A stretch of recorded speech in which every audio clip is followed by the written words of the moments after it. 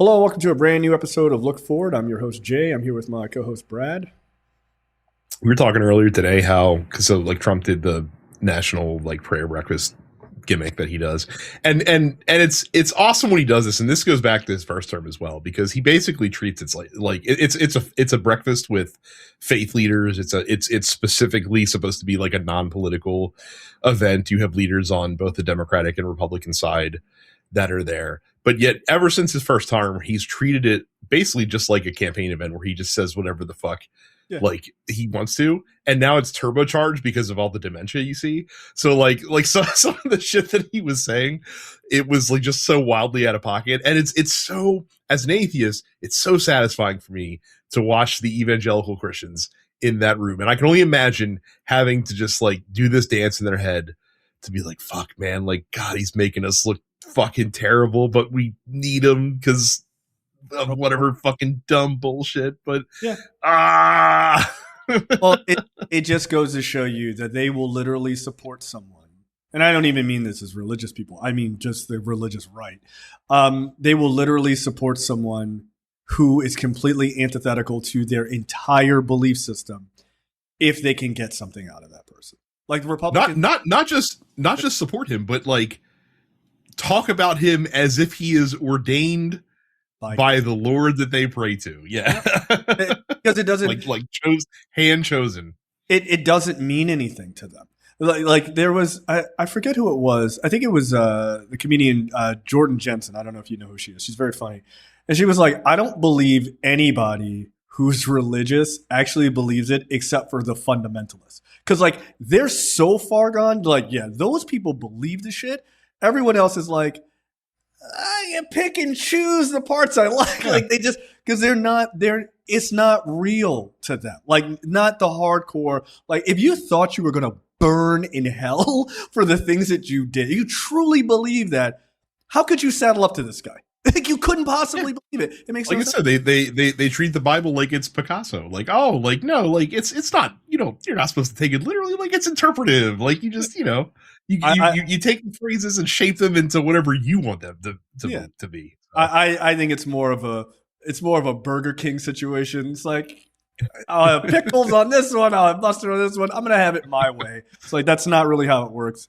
Take the good with the bad. But yeah, no, the prayer breakfast is absolutely hilarious because it just lays bare their level of hypocrisy, and it means nothing. Maybe I don't even read the Bible at all, and they were just like, yeah. I mean, he said that, and that just takes me back to like when he was being interviewed by like that Christian network when he first ran, and they're like, oh, what's your favorite book? And he's like, well, the Bible, and they're like, oh, what are some of your favorite passages? And he's like, well, who can pick just one? Like private for me. And then he also admitted that he's never asked God for forgiveness. How is that not the biggest red flag to Christians? Right. My favorite line of the many that he trotted out today as he glazed like Bukele, who was there, about having really strong prisons and all this other stuff, was where he told an anecdote about Mike Johnson, who's super religious, and he's like all the time I'm at Mike Johnson at these lunches, and Mike Johnson's like, like before we eat, like, can we pray? And I'm like, what are you doing? Like, we're trying to have lunch here. Yeah. And he he just tweets it out, right? He just says it because he has no filter between that empty shell of a head of his and his mouth. Like he just doesn't. He just says it. But dementia brain is a thing. All right. Biggest topic this week is obviously the Epstein files. 3 million more documents came out. The DOJ is like, well, that's it, brother. We did it. Like fucking high five, everybody. We nailed it. Except there's like 2 to 3 million more documents they still have not released that they're holding for some inexplicable bullshit reason. But the release that they did, it is interesting, right? Because the narrative has been for quite some time that they have been rushing through all of this stuff, and that's why they made all those mistakes when they released that like million documents before. But now they blew by the deadline by like 40 days before releasing this. And everyone's like, oh, they're the worst. They're the worst. They are the worst. I'm not giving them any credit there. But then when they blow by it after 40 days, this is released and is sloppy as hell too. They a bunch of victims' names, which I'm inclined to believe that may be on purpose. To be honest, I don't believe that that's completely incompetence. It might be some of that, but I think some of it is on purpose, as a kind of a threat type of shit. The other thing, they apparently released, thank God I didn't see this, underage girls like fully nude images that they had to pull back because people were like, the Washington Post or the New York Times, I think, were like, guys, what the fuck? And it's like, you're just it was an independent. It was an independent company. It was 404 Media that caught this, and they like, before they reported on it, they went to the Justice Department and were like, you might want to fucking fix this. And the Justice Department was like, cool, bro, like we're right on it. And then like nothing fucking happened for like a day, and then like 404 called them back and were like, hey, like they're in these specific images. And they're like, oh, cool, yeah, we got it now. Like they literally like had no clue even where they were, to the point where like, you know, they like the journalists had to specifically tell them like, hey, this is where the images of the fucking nude underage girls are that you fucking just let out there. Yeah, unredacted. The world. It's completely idiots. Yeah. Which is horrible, right? Like, what are you doing? And again, I don't know if it's like weaponized incompetence or like I said, I think in this case it's just incompetence. Yeah. I think it's just like full-throated incompetence. I hope. I am okay to just assume that, but there's part of me that thinks like these guys are that much of pieces of shit. So like, I don't put anything past them. But look, if people want to say they're just massively incompetent in this, I'll take it, because I want to believe that the best of them is that they just fucked up. Because if it's true the other way, that's just the worst of the worst type of behavior. It really is. Well, and again, remember that the people that are going through this stuff are not like political actors. I would assume it's like rank and file employees. So like, I would put the onus on them as more like, hey, like you guys were handed this insane deadline because DOJ sat on them forever, even after like it was clear that, hey, you have to start releasing these. And then they were just like, oh shit, like what do we do now? Like we have this fucking deadline, I guess. So yeah, it's par for the course with these fucking assholes. Like, you know, like can't count them to do anything right. And then now Kash Patel's out here and is like, like, look, we released the files, case closed. Like, we're not investigating anybody that you know came from this. Like, are you? Wow. Okay, dude. Cool. I mean, okay. So there's a number of things, a number of details in the Epstein files that are pretty terrible, which we'll talk about. But one of the things that I think is the most interesting, and this is the question to be asked, which you just brought up. You have this information. Okay, I understand that it's redacted for us. It's not redacted for you. So you see the names of the people who are doing this dirty shit. Why are you allowing them not to be prosecuted? Why aren't you going after them? Oh, there's a real simple reason for that. Well, I know, because if you start real, yeah, of course, yeah. But if you start going after after people, you know, if you start going after people that are in the files, then what's your excuse for not going after other people that are in the files as well? Exactly. But that should be the question from the media, which is, okay, now all of this information is out there. Not all of it, but a bunch of this information is out there. What's next? Because the whole point of the files isn't just to embarrass people. It is to make it very public that these people did these dirty things, and then the DOJ should be going after them. The equivalent to the Justice Department in other countries should be going after these people. That is what should be happening. But to say, hey, we got a list of all of these rapists. Well, there you go, everybody. There's the list. Like, no, it's out in the open now, so there you go. And the good news is that I would imagine serious media, like serious journalists will not leave this alone. Like they will use the information that they've gleaned from this, and they'll start turning over rocks, and they'll start, looking for clues and stuff like that. And I'm sure journalists will continue investigating what's in here and surface a lot of these things and bring them to light, and maybe even have to force, the DOJ's hand in a lot of these situations as well, depending on what they can uncover. But yeah, you're right. Like, it's absolutely insane that the Department of Justice and I don't just blame the Trump DOJ as well. Like, what the fuck was the Biden DOJ doing for 4 years? Yeah. While they had all this information as well. Right. They were not able to release it for like the first 2.5 years, but certainly for that year and a half, after that, you absolutely could have. And so, like, in fairness, when conservatives say that, like, well, where were they on this? That's a fair question. It is a totally fair question. And you, like, you're right to bring that up. What I would say is, agreed, and they should fucking answer for that. And you can't use that as a way to obfuscate what's going on right now. Like, don't do that. Don't say, well, they didn't do anything, so I guess we won't do anything. That's not the answer. Like, and also, Jay, you know what they say, 2 wrongs absolutely cancel each other out and make it okay. So like, that's the phrase. It's like 2 wrongs. It's like, okay, what's the rest of the phrase? That's it. Like, that's the end of the phrase. So it's just like, I understand, and it is a valuable thing to, like, if you want to bring Merrick Garland in and you want to fucking roast that guy's ass because you're like, why didn't you do this? Go ahead. What do you think? You think liberals and Democrats are going to be, oh, not Merrick Garland, please, our hero? They're going to be like, good, get him. What the fuck? Yell at that guy. But if you want to do that, that's fine. But don't start to, like, lose sight of what's going on. You have the files right now. You have them they have the ability to be released right now. We didn't need the Epstein the Epstein Transparency Act for them to release this stuff. The DOJ could have released it on their own. They didn't actually need this act. Now that you've signed it, now that it is law, it was unanimously voted on in favor of, except for one idiot in the House, and signed by the president. Why don't you release it? There's only one reason you don't release it, because the president and his buddies are fucking implicated in that. I saw Trump came out and he's like, well, I noticed there's a lot of Democrats in there. Bro, who are the Democrats you're talking about? Who?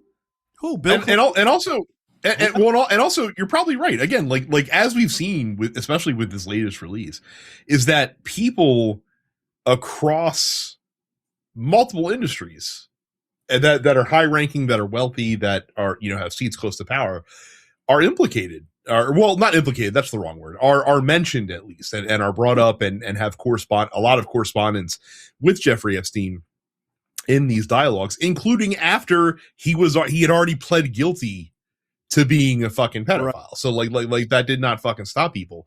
And what it shows is that, yeah, Jeffrey Epstein was a craven piece of shit who not only was a disgusting pedophile, but also wanted to have his tendrils in as many like avenues of power as he possibly could. Like from, tying this into one of our other shows, like there's a video game angle to this, because he, was constantly communicating with Bobby Kotick, who used to run Activision at the time, and the Hausers, who used to run Rockstar, who makes Grand Theft Auto, because like Jeffrey Epstein was like, these are the most popular and successful video games, so I want to be, part of this, and I want to I want to be in this. Like that's all Jeffrey Epstein was, besides a pedophile, is a dude that was looking to, ingratiate himself with other power brokers to make sure that he always had influence and that he always had a voice. And it's why it's not at all surprising as well that he talked a lot with fucking Peter Thiel, because that's also Peter Thiel's fucking jam as well. As Peter Thiel wants to be the fucking Illuminati leader that's pulling the strings behind the scenes and controls, the wealth and the power and all this other stuff to shape the world in the image that he wants. So like that, Jeffrey Epstein was that same dude by all means. I mean, and look, we would be remiss if we didn't mention his government ties. I mean, I think it is ridiculous to not at this point say like this guy had pretty serious ties with like Mossad, which is like really wild. Did you hear the 4chan stuff? I don't know if you heard about this. So Christopher Poole is, right? Moot from 4chan, the founder of 4chan. He met with Epstein the day before he created /poll, right, which is the politics board on 4chan, and basically which is where all of this like red pill, black pill fucking insanity all sprung out of, right? So it's like Did he have a lot to do with that? We don't know. Like, we don't know. Like, why was he... Gamergate allegedly sprung out from a lot of this fucking stuff as well. And Gamergate's a big reason why we're where we are today, as far as like where the right wing is and how far they've shifted in the past, decade plus. So the idea that this potential like Mossad agent was a part of that entire movement. That entire movement is based out of 4chan. Like, that's where all of it comes from. Like, to your point, Gamergate, all of the sort of QAnon shit, all of that comes out of the same. Oh, I bet they're so excited. They finally found the conspiracy. They finally found what they were looking for. I can't wait for them to get their hackles up about a lot of this stuff. Well, the thing is, they were, I guess, sort of kind of right. But at the same time, all of the things that you're repeating and saying and everything else, I know they're all like massive anti-Semites, but you're repeating something a Mossad agent helped push through. And you're like, yeah, we got to take down these people. He's like, yeah, I keep saying that. I keep saying it. Yes. Like, it's like a stupid, ridiculous meme, right? And by the way, that has been the most fascinating part about this, is that as it's become more like just undeniably clear, the pervasiveness to which a lot of this stuff has kind of come out and is linked together and kind of ties back to this general group. And again, like, they to your point, like you said, they were kind of right in the fact that like, oh, there's this elite cabal that is pulling all the strings. Just wasn't the people that you thought it was, I guess. Like, it's the people that that you thought had your back. Right. You thought you were identifying the people who were getting their strings pulled. You were the ones getting your strings pulled. Like, you're like, yeah, it's those guys. And it's like, oh, why is my hand moving by itself? Yeah, right. You're the puppet. You dumbass. But it's been funny to watch the reaction to some people who see this, can't deny it. And so now the pivot comes. Now the goalposts are moving. We're actually... Is it even important? Does anyone even care about this? Does it matter?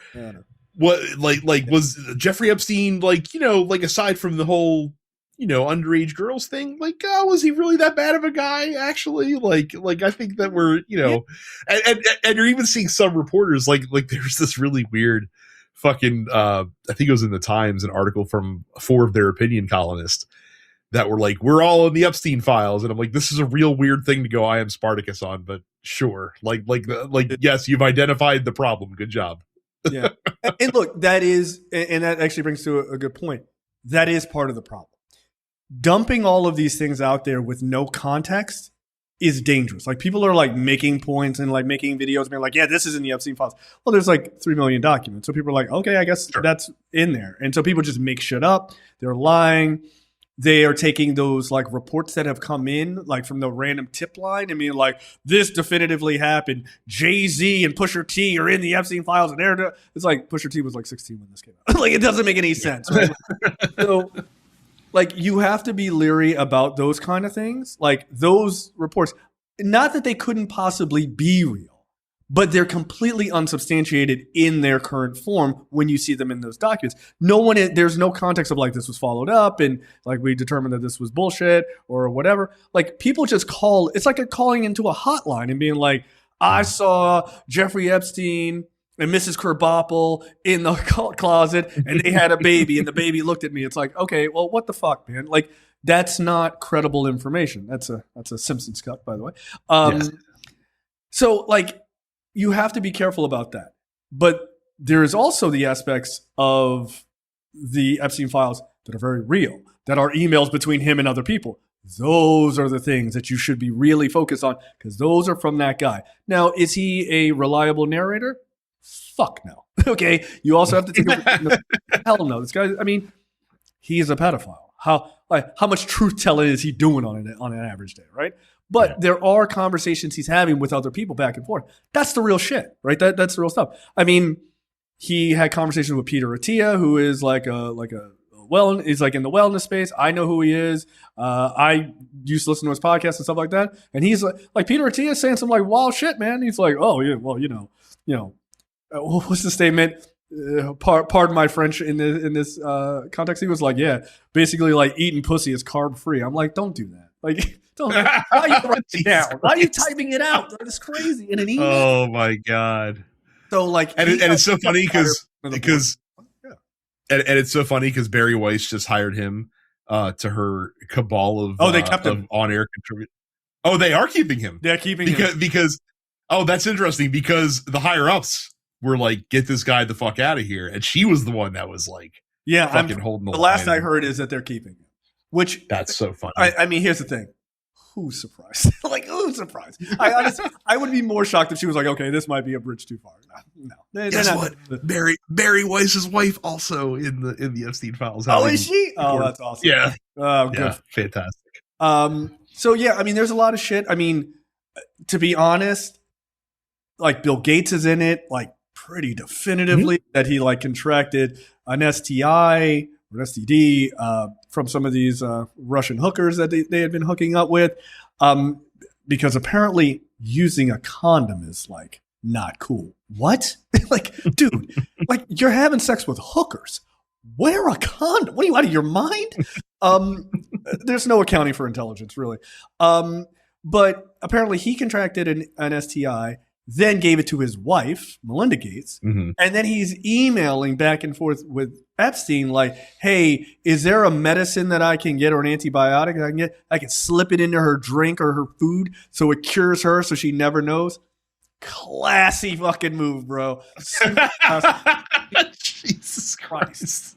Launch Bill Gates into the fucking sun. Just have like Steve Ballmer fucking discus toss him out of here. So developers. So that's just absolutely insane. I mean, Melinda Gates is on record saying that Bill's connection to Jeffrey Epstein is kind of the impetus for them getting a divorce. Well, if that STI thing is true, that makes sense, right? Like that super makes sense. So, and we'll talk about it later, but the Melania movie came out, and that may seem like a big pivot, okay?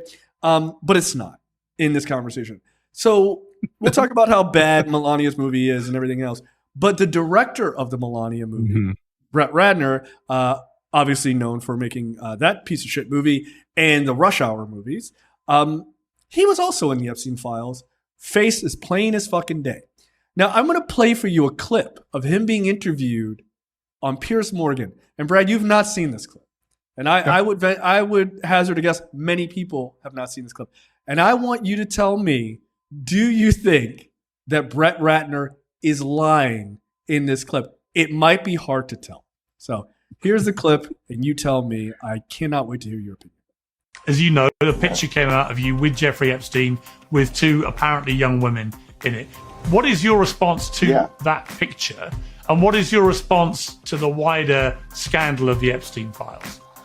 Oh, well, that picture in particular happened around 20 years ago, out of 20 to 21 years ago, because that is a photograph of my fiance who invited me to this event, and that's where the picture was taken. I was never been in contact with Jeffrey Epstein before that photo, and I was never in contact with him after. So that's a picture of me and my fiance at some event. Wow. So who was the fiance, if you don't mind me asking? She doesn't want me sharing her name in the case, but that's my fiance, 100%. Was my fiance. But you're not still. I'm not. I'm going to say you're not still with that. No. He's not engaged. Yeah. It's the world's longest engagement. No, 20 years. 20 years ago, I was engaged to her when that photo was taken. Right. Yes. And your position is you never met Epstein before or after that picture, that night? No, never. That's my favorite. So what's her name? I don't want to say what it is. She doesn't go to school around here, man. Like I don't know. It's hard for me to tell. If that was your fiance and not a potential Epstein victim, why did her face have to be redacted? Why in the photo? Why was it redacted at all? Oh well, they redacted it. Right? Okay. Like I just love that. So who's that woman? Oh, that's my fiance. What's her name? I don't want to say. Like, why would that be a big deal? Why would it be a big deal? If you're saying that she wasn't involved, then she's not involved. Now, granted, I wouldn't want to have my face next to Jeffrey Epstein either. But if you're just like, hey, I was just at an event, like you're with your fiance, I don't think that necessarily makes you look that bad. Brett Ratner's already fucked anyway because he got booted out of Hollywood for sexually harassing women. Yeah, I mean that's the thing, right? Is that he was part of that whole Me Too thing. So again, not a stretch to believe that Brett Ratner perhaps might have been a frequent flyer at Epstein Island hanging out with underage girls. So. I just thought that was fucking hilarious. What's her name? I don't want to say it. Like, who's to say what her name really is? I mean, I'm not still with her or anything. Like, oh, okay. You know, like Hollywood kind of reports on these things of like major directors getting engaged. You know, we could just Google who you've been engaged to, and it's definitely not going to come up. But sure. Okay, buddy. Then there's Elon Musk. He was also Jesus Christ. He might be the one who gets fucked the worst. Besides Bill Gates, maybe. He's the one who really gets fucked the worst in this release, which is direct emails between him and Jeffrey Epstein. There's no speculation. No one is talking about him in third party. He is emailing with Jeffrey Epstein directly and saying things like, hey, what day is the wildest parties right your island? Also, I don't want to go to your island for something like Subdued. I want to have a wild time because I know how you fucking get down. Look, even if you said, hey, all the women are above age, bro, that looks horrendous. It looks horrendous. And it's been funny because basically his rationale that he's come out with in the wake of this has basically been like the Principal Skinner, like I was only there to get directions on how to get away from there. That's the only reason.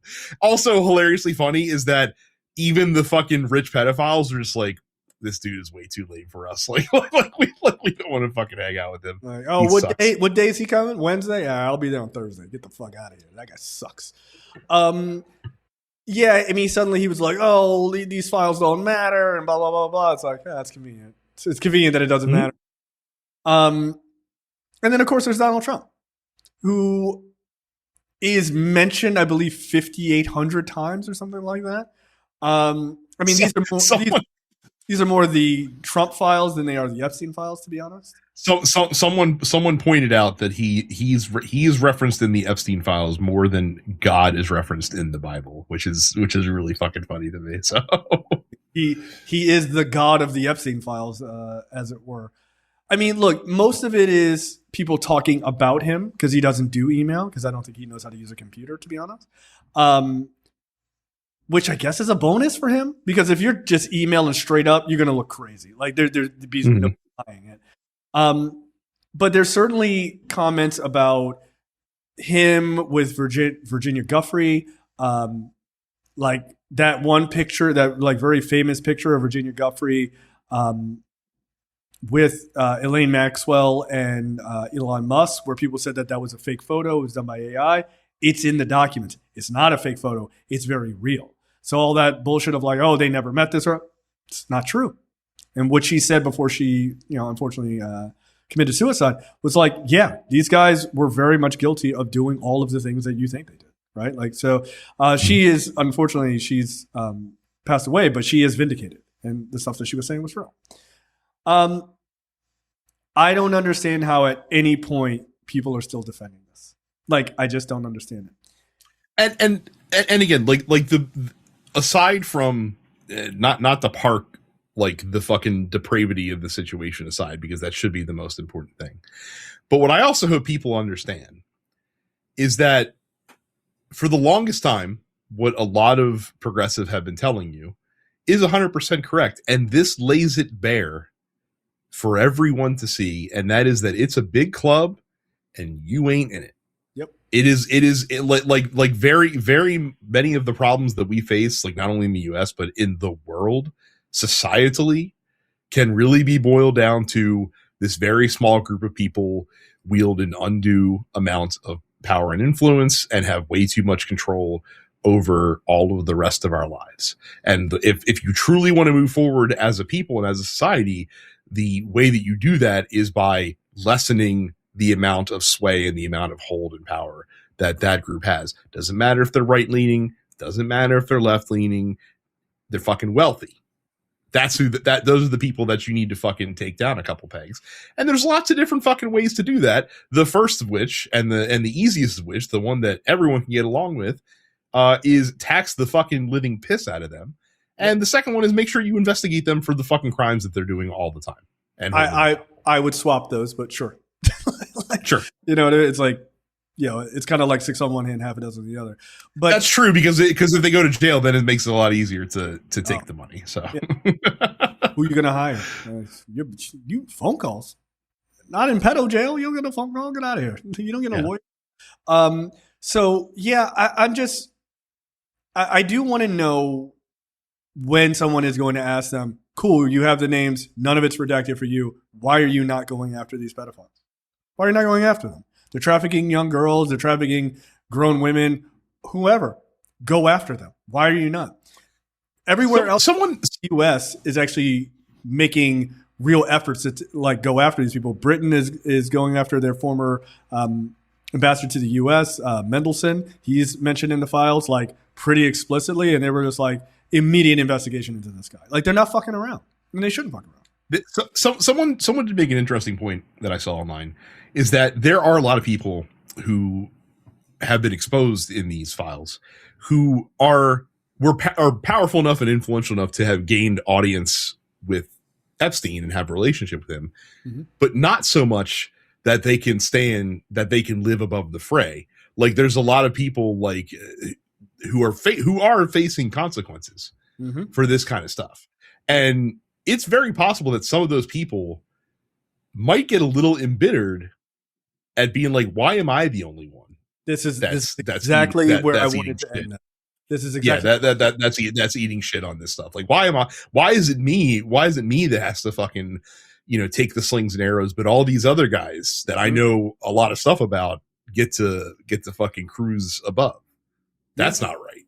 Yeah. I mean, that is exactly where I wanted to go, which is how long can you start to drip out these names and embarrass these people, and people lose their jobs and they lose their standing, like Prince Andrew. By the way, when I talked about that Virginia Guffrey picture that people said was false, I forgot Prince Andrew is also in that image, right? So Prince Andrew said he never met Virginia Guffrey. That's not true. Like that's what the image really proves. But to that point, how long are those people going to get, like you said, they're going to eat shit without implicating the big boys? Because if I'm one of these guys, I'm not in the files, but if I was one of these lower level rich dudes and they're putting my name out there, Joe Smith was in the fucking files and here's what he was doing. I'm like, all right, like I'm screwed, obviously, but I'm going to go to jail, or I'm going to lose my reputation, or I'm going to lose my money and everything else and power. But that fucking guy's not losing his power? Oh, hell no. So it's a dangerous game they're playing by kind of throwing because I think it was on purpose to throw a couple of them to the wolves. It was like, all right, well, now we got Bill Gates, so like we'll leave the rest of them alone. Nah. You think Bill Gates is going to go down?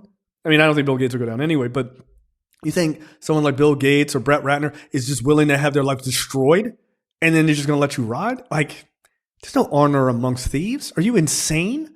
Like, and I'm not even talking about people on that level. I'm talking about people you've never heard of that are facing consequences for this. But because if the people at that party and you saw Prince Andrew, say that shit. Yep. Yeah. No, go ahead. I'm sorry. No, that was it. I'm just saying, like most of the people that I would think that you'd have to be most worried about if you are this upper class is people whose names you don't know. People who run like successful companies, but not like uber successful companies that you know that you know their name and you know their face. So, yeah, I don't know how you run that line of like, oh, we'll screw a couple of people. I'm like, okay, I don't know if you know how they took down the mob, but it wasn't just going for the top at first. Like, no, you roll people up until you get to the big boys. So yeah, we'll see. We shall see. Obviously, Bill Clinton was named in this. Not anything very specifically, but his name is like, hey, this guy was at the parties or what have you. And so Comer in the House, is Comer in the House? I think. Yep. Yeah, he was like, all right, well, we're going to fucking make the Clintons testify. Like, yeah, we're going to hold these motherfuckers accountable. And they're like, all right, bet. We'll do it publicly. They're like, shit. We were trying to build a narrative behind the scenes so we could release it. Like, we weren't expecting you guys to want to do it in public. No, they're doing exactly what they should do. Like, the way it unfolded is that like they wanted to do like the House GOP wanted them to do a closed door testimony, and they're like, oh, but we want a camera in there like to record you while you're doing it, and then like their spokesperson was like, how about 1,000 cameras? Like we'll have all the cameras you fucking want. Like let's fucking do this. And again, like, well, and go follow up with the next part, because this is one area where Trump does actually understand where that train track heads down if you do this.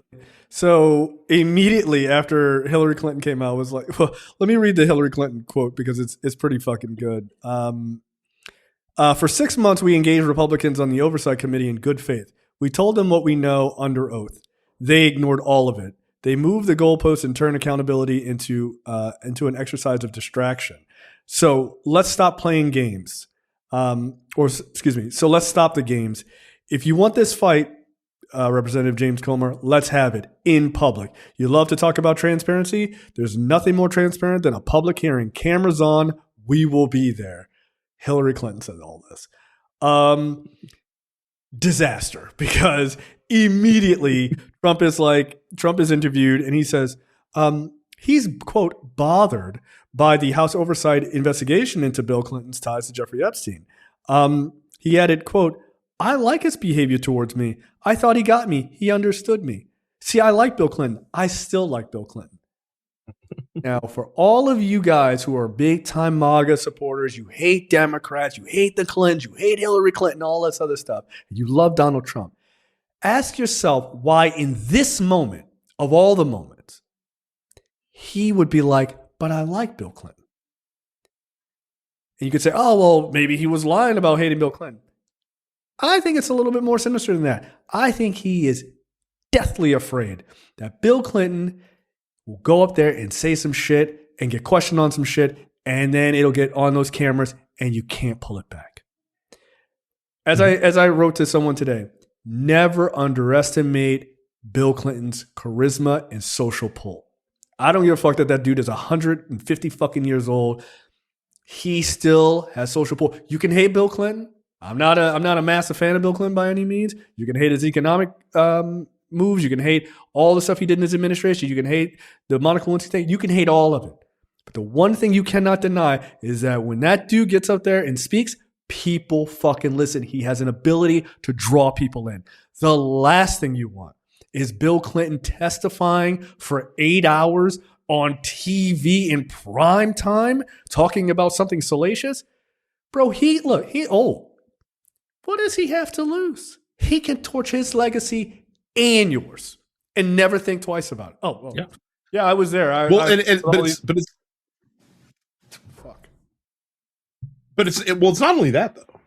So that's a huge part of it. Number one, but the other thing is that, and some Democrats have picked up on this, by the way. So like, basically, they're like a lot of especially oversight Democrats have like, oh, like Republicans are setting new precedents where we can bring in former presidents to testify before our committee. We can bring in the family members of current and former presidents to testify in front of our committees. Well, what's good for the goose is good for the gander. So when Trump is done, we'll get Donald Trump in here. We'll get Don Jr. in here. We'll get Eric in here. We'll get Jared Kushner in here. Like, because all we're doing is following the precedent that you guys established. Mm-hmm. Look, and just so we're clear, there is a email in the Epstein files that many people have found that Jeffrey Epstein emails someone and says, hey, no big deal. I'm hanging with the Trump boys right now. So they're all connected, baby. Like, it ain't no big deal. It's not just Donald Trump that knows Jeffrey Epstein. Also, his kids have connections to him too. And they were going to say, hey, we're gonna use basically the sergeant at arms if the Clintons don't want to show up, and we'll arrest them. Okay, is this the precedent? Mm-hmm. No. You know what? I love it.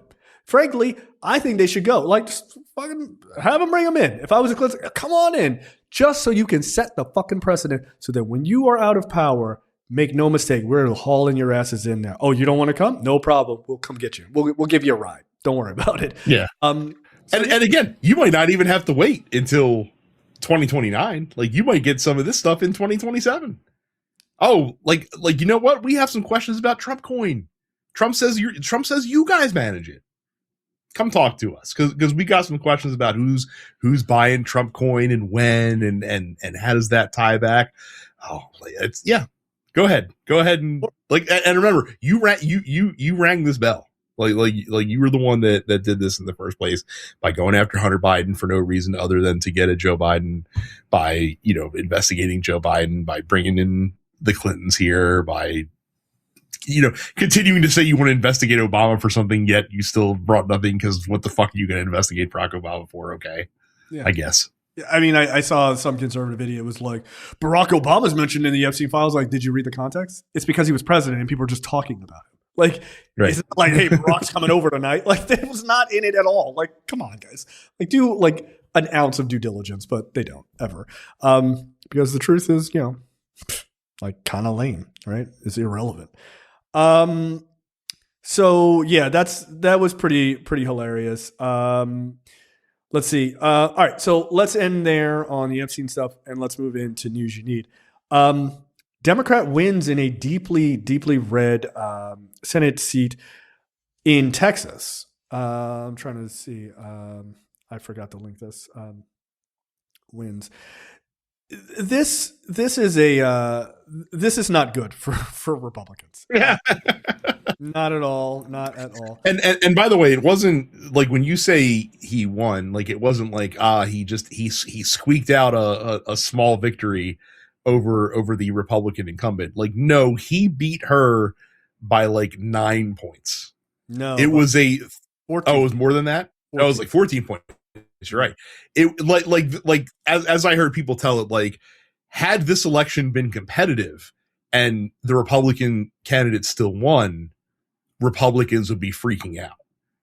So how do you think a lot of them are reacting at the fact that they got beat by 14 points? Now, there is some, obviously, since it's a local election, there's definitely a local sway on this. The woman who this guy outlasted in office and beat, she ran when she got this. Yeah, she ran when she got the seat on like school board, like being a crazy MAGA school board reformist, and then she did it, and the Texans that she represented were like, this sucks. Like, this is fucking terrible. But what was interesting is that a lot of Republicans, like, knee-jerk reaction, like, their reaction to this knee-jerk was like, oh, like, special election turnout, it was low turnout, this sort of the thing. Actually, the data does not support that. No. They basically lost this because almost all of the independents and a lot of Republicans voted for the Democratic candidate. Yeah, Taylor Remmett is a Democrat. Yeah. Like, so I think it was like 100,000 people voted in this election in total. But yeah, the big swing was, I mean, Democrats obviously voted for him. But yeah, it was the independents and Republicans who were just like, we're out of here. Now, yeah, the people. So of the people who voted in the runoff, which is where this was decided, more than 50% voted GOP in the primary. Mm-hmm. Democrats only made up 35%. And he still won. Of the voters that voted in the runoff, and won by 14 points. Right. Now, keep in mind, here's another aspect to this that is just lovely, which is, yes, he won by 14 points, but Trump won this district by 17 points, which is a 31-point swing to the Democrats. Mm-hmm. There are not a lot of districts in the United States that Republicans could survive a 31-point swing. Now, I'm not saying you extrapolate this out as a 1-to-1 across the midterms. That would be insane. It'd be lovely, but no. But if you're losing a plus 17 district to this guy with a majority of Republicans voting, you're in a world of trouble, dude. You're in a world of trouble. Now, granted, this woman, like maybe she sucks at that job, but let's get real. You see red, you see an R next to someone's name, nine times out of 10, people just vote party, right? Unless that person really pisses them off or that party really pisses them off. Prices of everything are up. Unemployment is up. Inflation is up. Like everything is a fucking mess. And you're watching this immigration stuff. Like these things matter, right? And the pocketbook issues matter almost more than any of it because that is what affects people directly. They can watch something on TV happening in a different state and go, hey, I don't like that thing, but like my congressman's okay. But if you go to the bank and your money isn't going as far, or you go to the store and your money isn't going as far, that is what you know. That is what you remember. So and this is why I think it's a fool's errand to try to predict what GOP voters are going to do, like when we get to major elections and stuff like that, because they've surprisingly disappointed us at every fucking turn that you can possibly give them. But I don't think it's a great strategy if you were the White House and the GOP folks in Congress to just continue thumping your chest in denial of reality because people see you and they see that the reality that you are claiming exists does not match the reality that they are currently experiencing. Like you literally, so it's not a big story because we talked about it a lot before, but like they did pass and it was signed the government funding extension that, you know, funds everything for X long and then funds ICE for that like 2 week, you know, stretch so that they can continue discussing issues around ICE. And Trump had a signing ceremony at the White House and he's handing out new hats that says America is back and they're all fucking patting each other on the back and all this other stuff. And a lot of interesting people were at that ceremony, including Susan Collins, where you can see a picture of her holding her new America is back hat in her hand. And it's like, oh man, I really hope that picture doesn't find its way onto main television screens. I mean, coming up in the fall here. They're really afraid that she's going to likely lose. Like they're like legitimate about it. I mean, I told you, I sent you that story yesterday. Republicans are afraid that Marjorie Taylor Greene's district might go blue because of the amount of Republicans who are running there, that it could end up being a runoff where no one is particularly popular and Democrats are more like kind of solidified behind one person because I think they only have 3 people running, that it could end up fucking it up and then Democrats could take that district. And that district is like R plus 50 or some crazy shit like that. But that's how much trouble they're in everywhere. Like they're worried about Susan Collins. They're worried about Marjorie Taylor Greene's district. They're worried about possibly losing the Senate seat in Texas. Like really, they're now they know they're completely fucked in Minnesota. Like they're done. I saw, what's her name? Klobuchar she has a double digit lead over everyone, you know, like in that government. Right. She's running for governor in Minnesota. So it's like, you're screwed. You're absolutely screwed. Mitch McConnell's on death's door. Andy Bashir's over there doing the Birdman hand rub, buddy. Like, you know, you guys are in a world of trouble. He just got hospitalized. Okay. He did, by the way, he did announce that he's not running for re-election. Thanks, Mitch. We appreciate the notice. Yeah, we got it. We understand. But yeah, he's on death's door. So it's any day before he, you know, leaves us. And then Andy Bashir gets to choose his successor, which will be a Democrat. Okay, what are we doing? I think we're down to what? A one person division between Democrats and Republicans in the House. Like, yeah, it's a mess. And Republicans keep dying left and right. Yeah. It seems. Yep. And Loudermilk, he just came out yesterday and said that he's not running for re-election. He's a 29th Republican who said he's not running, or they say they're not running for re-election. Republicans are in a world of trouble to the point where I actually think when it's all said and done, I think the numbers of seats that they will lose will far exceed what people think it's going to, like even what Democrats think is going to happen on election night. Like I think it's going to be that bad. I don't know outside of them, and we'll get to it, like outright cheating me, like you can't vote. I don't understand how you even beat this at a certain point, unless you're like, we're rigging the voting machines type of shit, like, which, it could possibly happen, I guess. But I don't think that's the way they're leaning. I think they're just leaning on we're going to intimidate people, especially Latinos, to not come out and vote. I mean, I think that is 100% their plan. I feel like it's going to backfire because if I know people and I know Americans, we are stubborn as shit. Like we refuse to move to the metric system because everyone else says this is the thing to do. We're like, we're not doing it. Not only that. I mean, we might as well talk about the ICE story now because we're kind of gliding into it anyway. So like Steve Bannon, because Steve Bannon is, saying the quiet part out loud all the time, says that like, yeah, we're gonna have ICE at every single polling station during the midterms. We're gonna have, no, that is number one. But number two, like y'all learned nothing from what's going on in Minnesota the past couple of weeks. Y'all learned nothing from what we've seen in the past in New York and LA and Chicago, and people resist that. If you, especially you're calling it now, and we're gonna, and like obviously like we know that that's something that you might try to do. You don't think that people are going to organize and get out there and protect these people from ICE?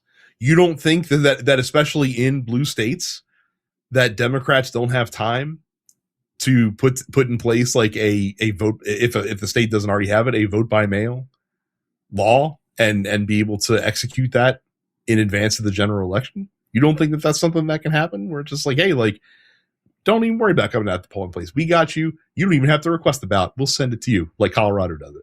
Like we'll just fucking take care of it. I mean, here's the thing. Trump came out, I guess it was last week, saying he's against vote by mail, and everything else. And people are like, did he let the military know this?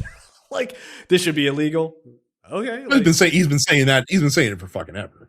Yeah. Ever since it became a liability to Republicans, now all of a sudden everyone's against it on their side. So yeah. Meanwhile, the Republican Party has for decades had a massive mail-in vote, mail-in vote initiative because older people are like, I don't want to stand in line. Like, can I just fucking vote and then go on vacation?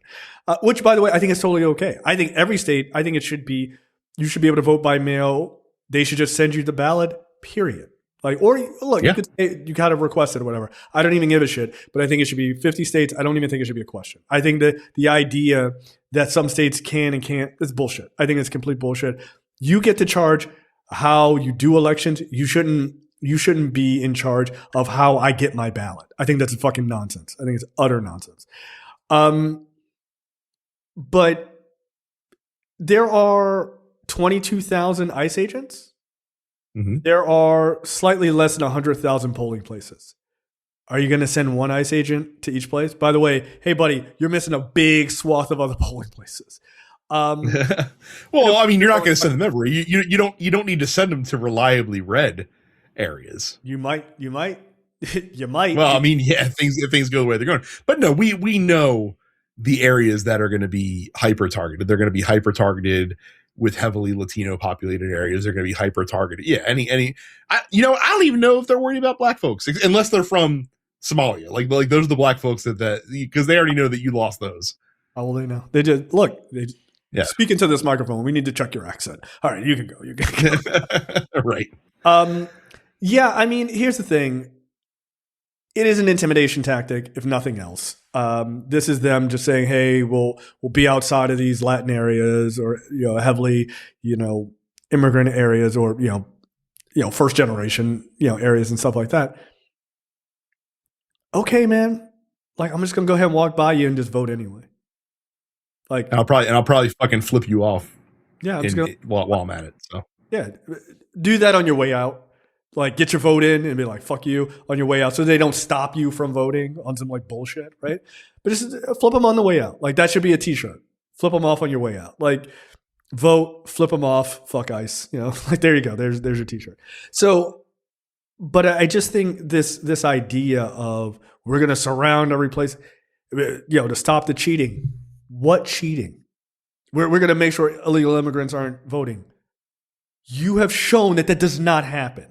You're just trying to intimidate people. And whenever we get back in power and we actually have like real laws and like a DOJ that is not corrupt as shit, you, Steve Bannon, and everyone else like you needs to be put in prison for what you're trying to do. You are trying to do, like, they did this. Go read American history. We've been here before. And those people were locked up, or we made laws to make sure that you could not do this type of shit. Voter intimidation. So, look,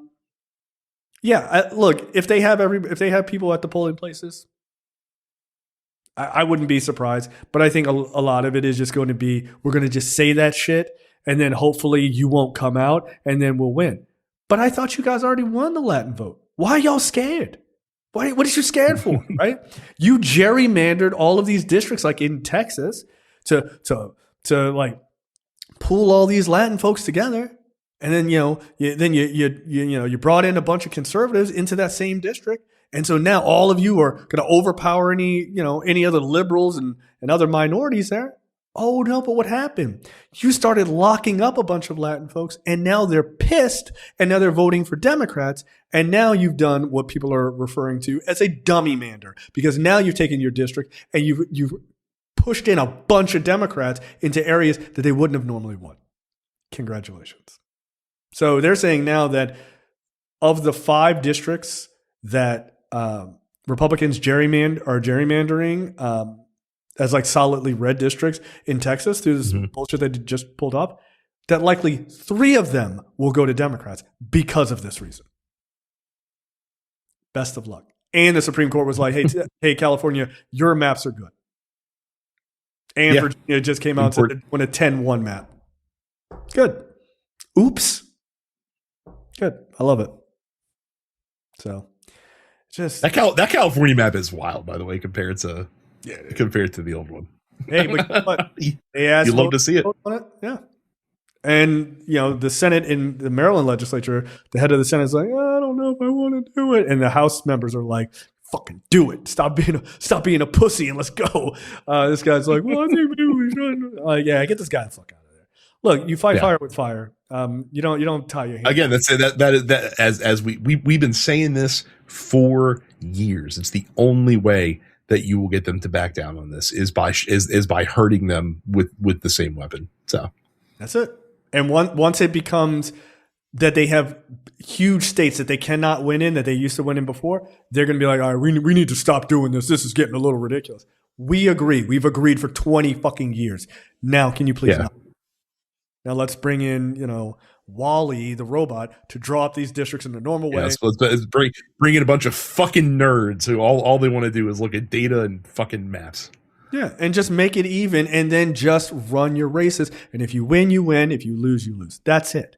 Instead of trying to pick your voters, let your voters pick you. It's not that fucking difficult. But they can't win without cheating. But then we'd have to actually like moderate some of our policy positions, Jay. How the fuck can we win if we have to actually do stuff that people want and not the opposite? It's a good point. It's pretty tough out there. Yeah. It's tough. It's rough, man. Like all the GOP has is making other people miserable in their lives. Kind of their whole thing. Try to help people. Try to make things better, improve society somewhat. Get out of here. Get out of here. Quickly, Don Lemon and Georgia Fort, they were arrested this past week. Basically, Don Lemon was arrested for the second time. And and Georgia Fort was arrested, and this is all stemming from them having the audacity of covering that church protest back in Minnesota. They're journalists, along with 2 other black journalists, by the way, and I will mention that both Don Lemon, obviously, and Georgia Fort are also black. So the DOJ rounded up 4 black journalists and no one else about this for this church protest. Yeah, weird. It's probably not a coincidence, I'm sure. No. Pure coincidence. They wouldn't do that, Brad. Would they? If you really think why? How does Pam Bondi think this is going to go? Exactly. It's just a threat tactic. That's all it is. It's just a threat tactic. They know they're going to lose the case.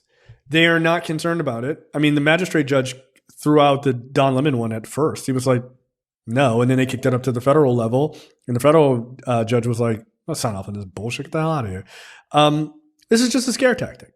It is, you will do what we say or we will make your lives hard. This is the same as the we're going to fight this in the court of public opinion thing that they always do. And then they get into a real court and they're like, oh, we're sorry. We didn't mean to do that. Right. But that's all this is. It doesn't make it acceptable. It doesn't make it okay, but no, but again, like, do they really think that these folks are going to roll over? Like you're going to have the opposite effect. Like Don Lemon is going to stand the fuck up and Georgia Ford are going to stand up and be like, fuck you. Like this will not stand. I will fight this to my dying breath. And other journalists will be like, yeah, like this is how this is going to fucking go. Like, you're not going to intimidate us from doing our fucking jobs. Yeah. I mean, at the end of the day, I think they're just trying to make people's lives miserable.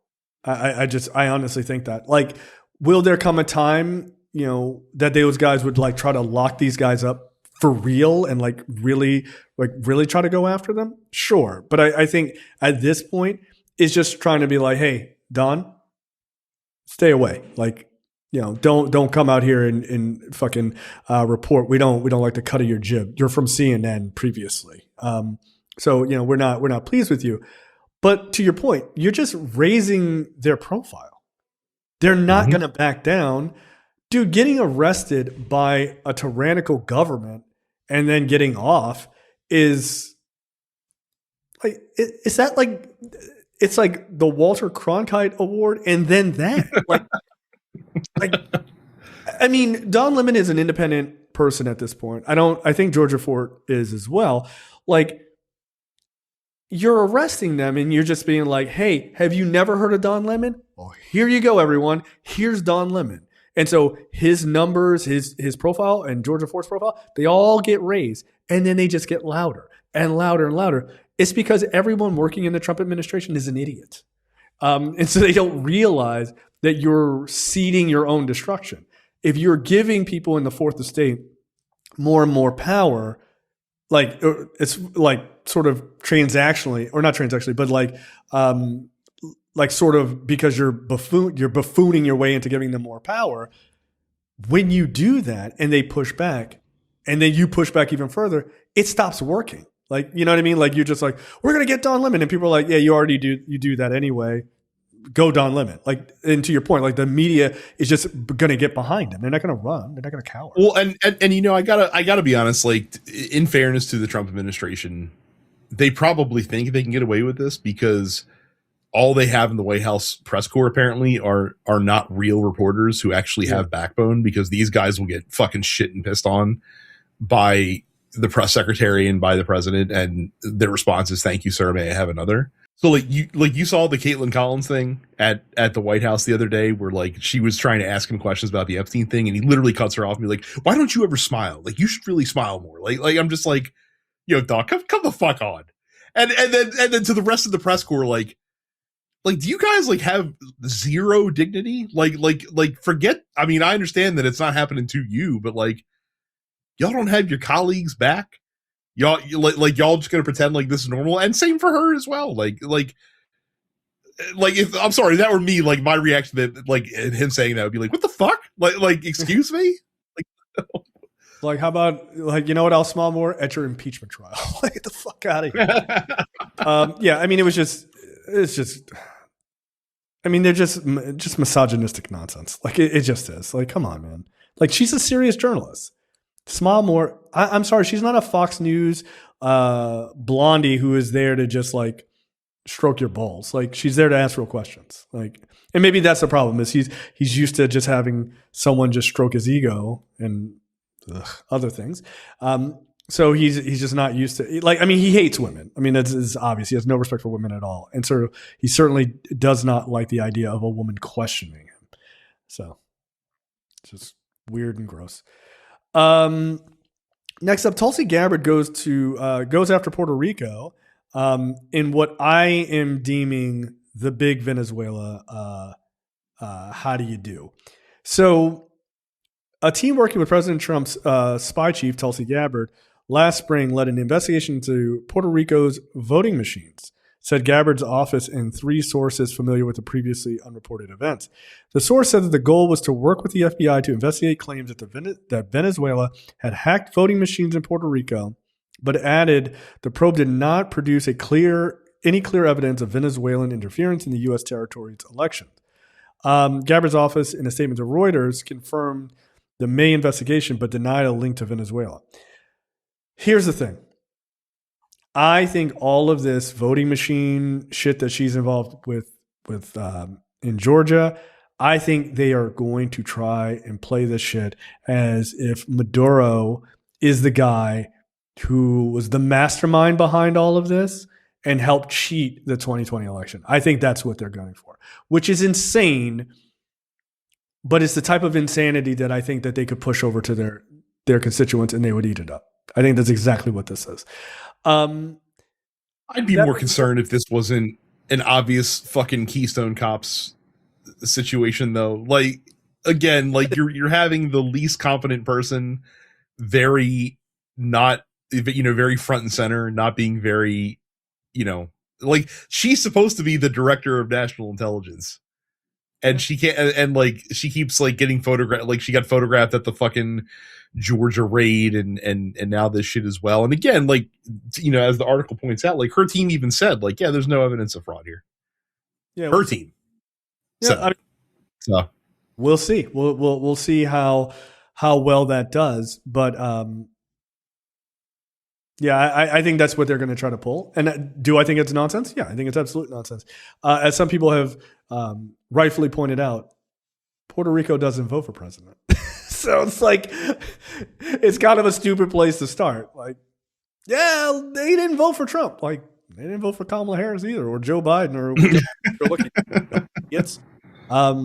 So we shall see. By the way, thank goodness our director of national intelligence, who's supposed to be concerning herself with foreign intelligence information, is very busy dealing with domestic stuff. So that's cool. Yeah. How about that? Fucking spy chief is an idiot. Congratulations, America.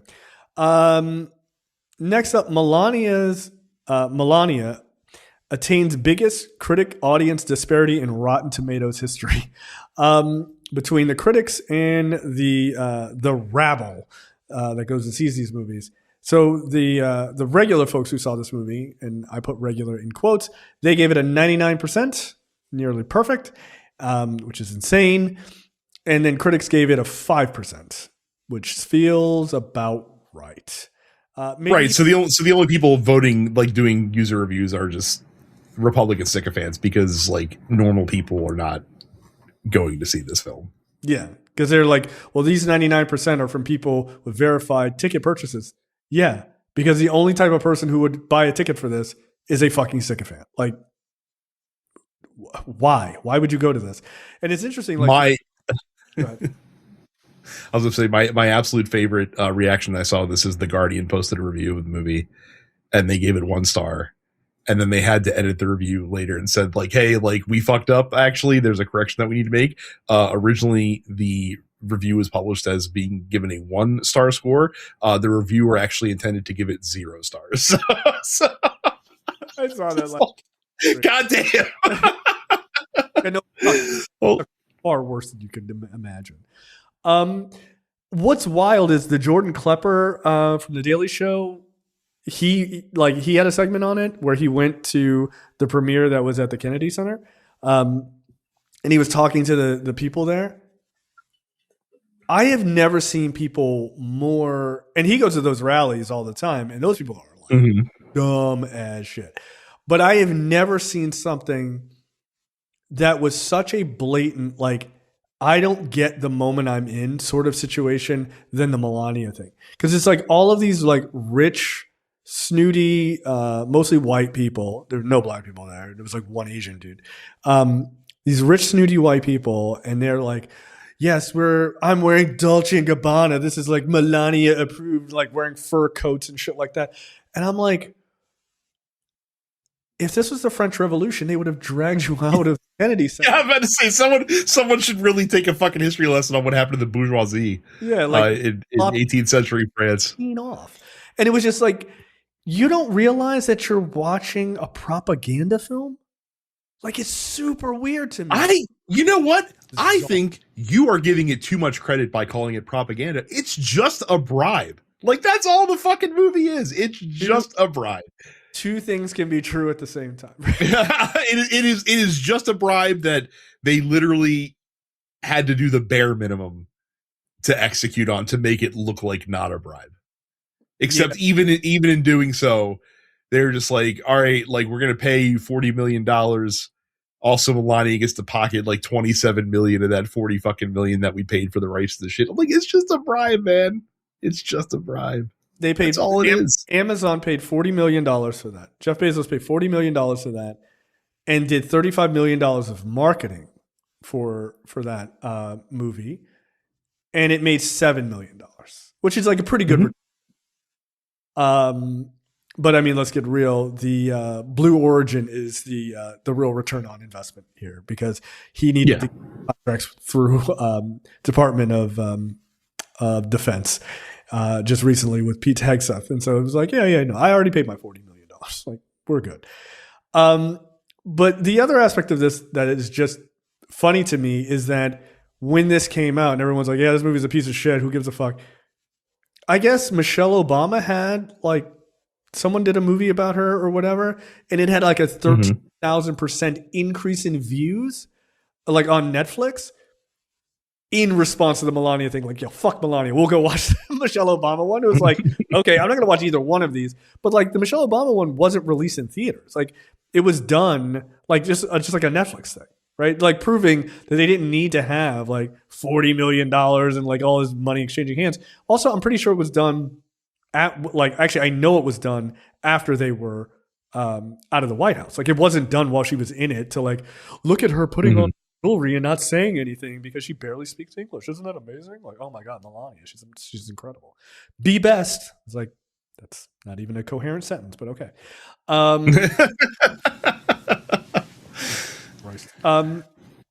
So yeah, look, I'm glad it tanked. I don't care anything about Melania. I hope she's sad every day. She's not a victim. She's a piece of shit.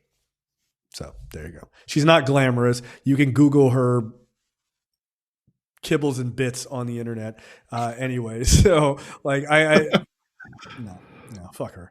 And by the way, that's, shout out to OnlyFans girls. I think they have more class than her. It's not because she's nude. It's just because they try to pretend like she's like some pinnacle of like high class and stuff like that. I'm like, yo, your cooter is out and you're holding a gun and wearing like Mission Impossible 2 sunglasses. You're not a classy chick at all. Okay. You look ridiculous. Tom Cruise did it better. So, last but certainly not least, oh, you know what? Not last. And it's not last. I saw the story you just put on there. Thank you. Thanks. This weekend, what's dumber, a brick or a Republican? Nancy Mace gets 2 stories. One, she pushed her staffers to boost her hotness score on Reddit because apparently, like, I guess they were rating like who's the hottest chick in Congress, and she was like, go on Reddit and like upvote Nancy Mace, upvote Nancy. I've got to win this. Like, it fucking matters. Like, okay, that's like super weird.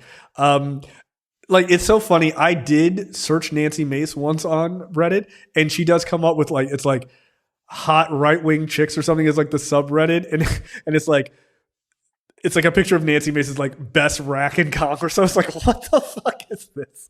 Like, this is so weird. Also, everybody knows it's Nancy Pelosi. Knock it off.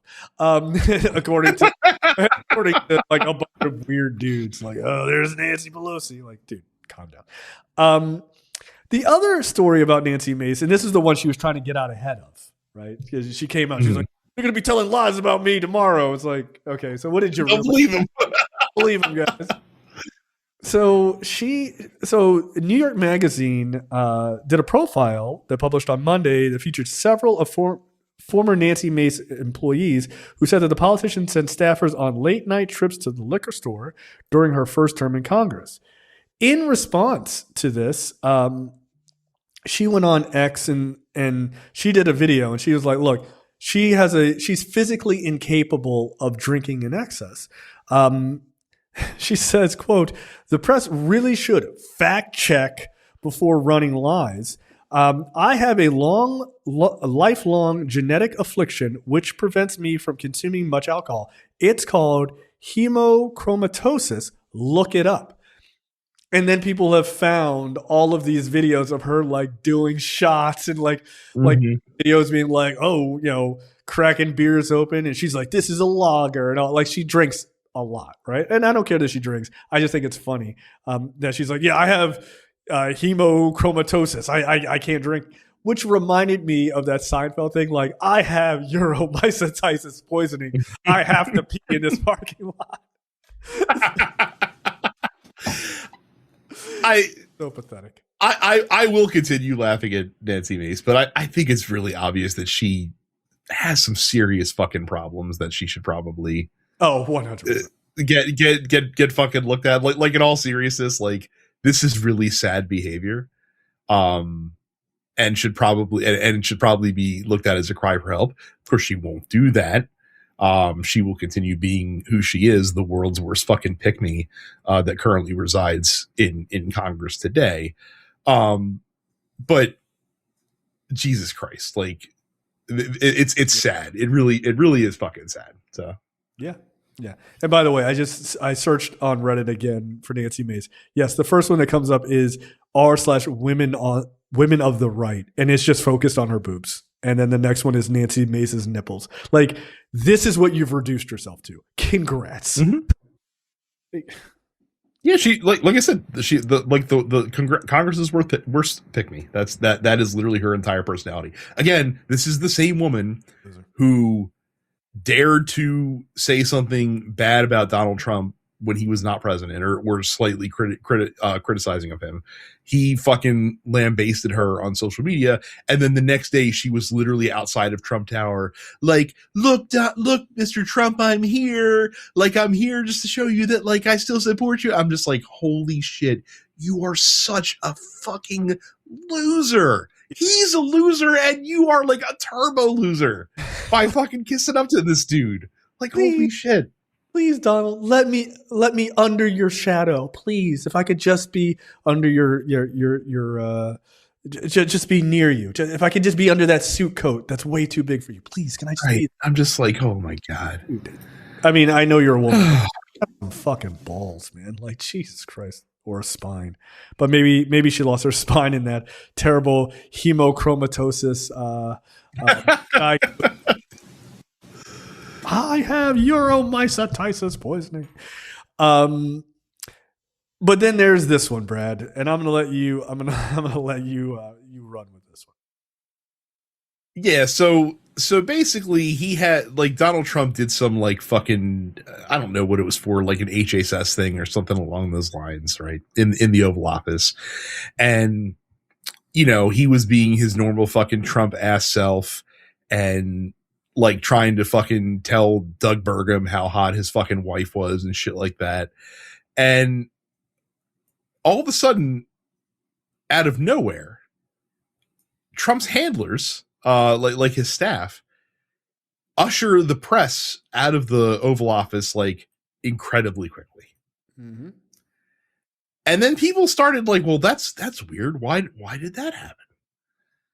And then people started looking at the videotape, and they see Doug Burgum's wife kind of like instinctively react to something and start like, you know, rubbing her nose a lot and just like, you know, and making faces at like RFK Jr. and they're standing directly behind where Trump is sitting at the Resolute desk. And then all of a sudden, like, his aides come along and they're just like, like, we gotta get everybody out of here without, you know, being, you know, the press being able to ask questions and stuff like that. And the question has been asked: did the president shit his pants? No, I think during this event, I think he did. It's like, if you watch the video, I think it's about like something like 30 or 40 seconds into it. Like immediately, like RFK and Bergman's wife are behind Trump, Mm-hmm. and it's just like they're just like suffering. And you zoom in on RFK's face, and it's just like it's more twisted and fucked up than normal. And yeah, you're right. Then they're just like, everybody out before the smell. Go. Yeah, I think he probably shit his pants. Again, we're weeks away from him delivering a speech like at a podium and just like freeze, shit his pants, and just fall over the podium. And then they just can't get the press out of there fast enough as like a million pictures are taken. And then they'll pretend like, oh, it's because of the too many handshakes that day or something like that. I look forward to it. I look forward to that moment of embarrassment that just you can never walk back. That's and again, this is on top of like the fact that like he's been doing these interviews sometimes where he's like standing like 8 feet away from a reporter, and they're just like he's interviewing instead of doing like a sit down interview or stuff like that, which is fucking weird. And again, like when he toured that auto plant, like the auto workers are just like, yeah, dude, fucking smells like shit, man. Like it's fucking weird. And again, no shade on anyone who happens to be incontinent. I'm sure that fucking sucks. I'm sure it's embarrassing. I'm sure it's stuff that you have to deal with publicly that is not, not pleasant. And I do not wish that on anyone. It seems like it's a real bad time. I don't think it's too much to ask for the president to not be incontinent, though, at the ripe young age of 80.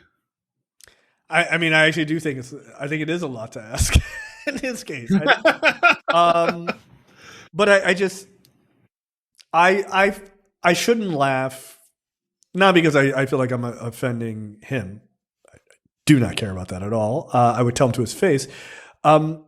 But yeah, I don't want to offend anybody who's like actually suffering through that. But that being said, come on, who don't want to see it? Who don't want to see that moment where it's just like, oh no. And it's like, that's going to be the best moment, because it's just that it lives in infamy. All the alpha male shit, all of it, when this dude's just like grabbing his butt, running out of the room, crying. Like, no, it's all dead. Like, I think that's like, people are like, oh, when's the red pill movement going to die? That moment, like, it dies then, because it's like, there's your boy, like, that's your boy. I hope when it does happen that he does have like the lapse of holding it together, where I hope when it does happen, he loudly exclaims, "Oh, I just shit my pants!" Like just completely forgetting like where he is and what he's doing, kind of thing. Like Donald had a boom boom in his pants. Like, oh no, I'm telling you, that's besides the inevitable. That's my dream. Like if it could happen, and then we get like a week, and then he dies. Fucking flawless victory. Okay, like, I mean, why not simultaneously? No, actually? because I shit my pants. No. I want him to have to live on planet Earth. Oh, you want him to deal with the embarrassment? For a week, and then kick it. A week. You know what? A good 2 weeks where those memes really stick. They really start fucking rolling. And then he's cleaned up, and he's back out there trying to give speeches, and people are like, yeah, get out of here, shit pants. Like, that's you forever. And then everyone, cool. And then, like his supporters have to be like, I always loved Donald Trump. Like, the guy who shit his pants, that guy? Like, that white chick who does the like shitty right-wing reporting. She shit her pants. She fell down and like shit her pants at one point. And that was like years ago. And anytime I see interviews with her, they're like, hey, isn't that the girl who shit her pants? Like, no one lets her forget it. Like, there is a hilarious alternative that we could see as well if he were to shit his pants in public. Because remember, like when that assassination attempt happened and the bullet, allegedly grazed his ear, you started seeing like people that were going to rallies start to wear like mimicking the bandage that he was wearing and stuff like that. So like what happens if it happens? And then like his supporters like, fuck it. Like we're gonna we are one MAGA movement. We are gonna start wearing diapers ourselves and start shitting ourselves in public to show solace with the president. Show solidarity, which is ironically the wrong word we should be using for this. But, oh my! That's what I really want to see is people just like, you know what, I'm going to start shitting my pants, because obviously that's what enlightened people do.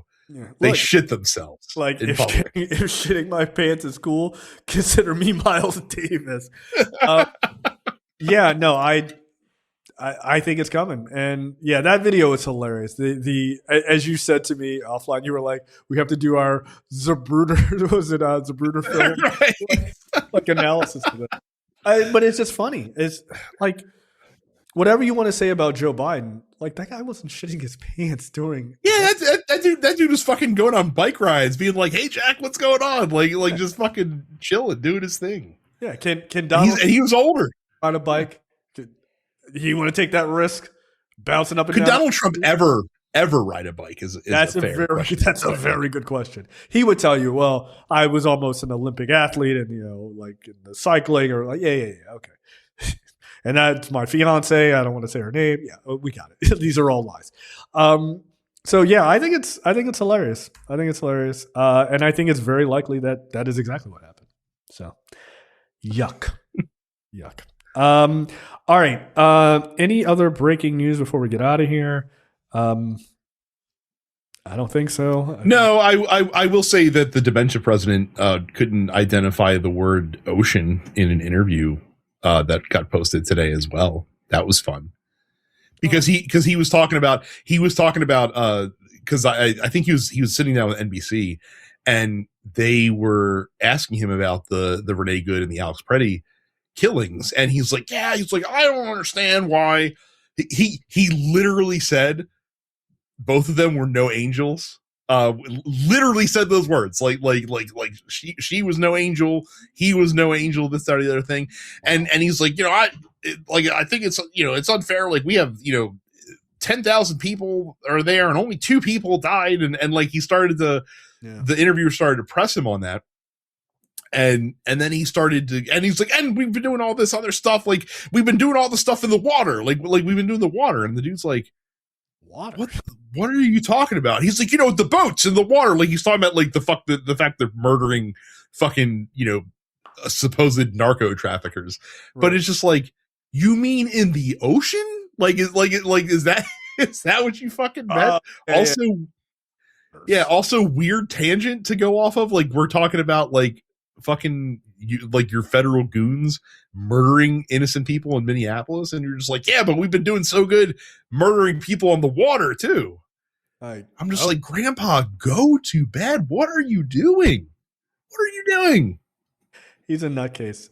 Here's a late breaking story before we get out of here.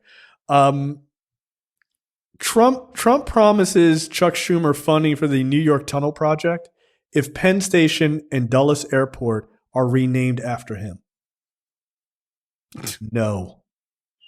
Are you fucking insane? No, absolutely not. I do like how they're putting up all these like monuments or something. Like that. We didn't talk about the fact they're closing the Kennedy Center for 2 years for renovations, like because no one is coming and they hate his guts. Right, no one wants to perform there. But like all these like statues they want to build, and he wants to build like a fucking ark or something in DC and this side of the other thing. Putting aside the fact that again he is the tackiest person that's probably ever walked the fucking face of the earth. Like, all you're doing is just giving us more shit that we're just gonna have to tear down and rename and destroy once you're gone. You think we're just gonna let this stuff just fucking stand there? No. What are you talking about? I mean, the arch that he wants to build is supposed to be 250 feet tall, which is a fucking eyesore. It's supposed to be taller than the Lincoln Memorial. What? That's insane. And the hilarious part is like they were talking about this on Pod Save America, and they're like, oh well, he might build it, before he gets out of office, because it won't, it might be complete by the time he gets out of office. And I think it was like Tommy Vitor's like, The East Wing says otherwise. Like, this is all, why don't you finish that before you start another project? You know, and to be honest, I don't think the East Wing gets built, or the ballroom. I don't think it gets built before he dies. I don't think so. He can't fucking find someone to approve plans for it in the first place. Yeah, I don't think it gets built. Good. It said there'll just be a fucking empty crater where the East Wing used to stand. That'll be his fucking legacy. Look, it's the Trump crater at the White House. And so then also, like, go ahead. Also, like, he's talking about, like, oh, like, we're going to build a 1,000-seat stadium on the White House grounds for the fucking UFC thing. I'm like, oh, of all the things that aren't going to happen, that's not going to happen the most. Like, what the fuck are you talking about? Is it 1,000? Because I thought he said 10,000. Oh, no, I'm sorry. 100,000 is what he said. I misspoke.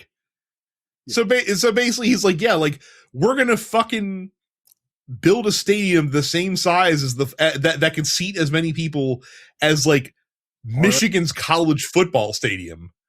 Yeah. And we're going to do it in 4 months before this fucking UFC event or whatever that they're trying to do. Like, okay. Like, bro, what are you sure. Like, why don't you call your buddies in fucking Saudi Arabia and Qatar and see if you can borrow their slaves to make this shit happen? He's overnight. Like, don't think I won't do that. Yeah, it's about the only way it would. Fuck. Yeah. 100,000. Like, he says this in a meeting where he's surrounded by people in his cabinets, and they're like, yeah, that makes sense. Do you believe this? Do you like? I understand he's insane. Do you guys believe this? Like, oh yeah, Mr. President, we're definitely gonna do it. 100,000 seat stadium. Well, and that's the real problem, is that everyone around him and the press just lets him say this shit and doesn't fucking hold him to account or like pump the brakes. But like, hey, wait a second, like, what did you say? Like, can you repeat what you said again? Can you explain how that's going to work exactly? Did you want to follow that thought past, like, the spark that happened in your brain where you just said something that vomited out of your mouth? No. Without giving it a second's thought? Like, no, I do not want to think about it at all, because I'm an asshole and I'm not very smart, and I'm enabled by a bunch of other greedy assholes who are just there to get money. That's it.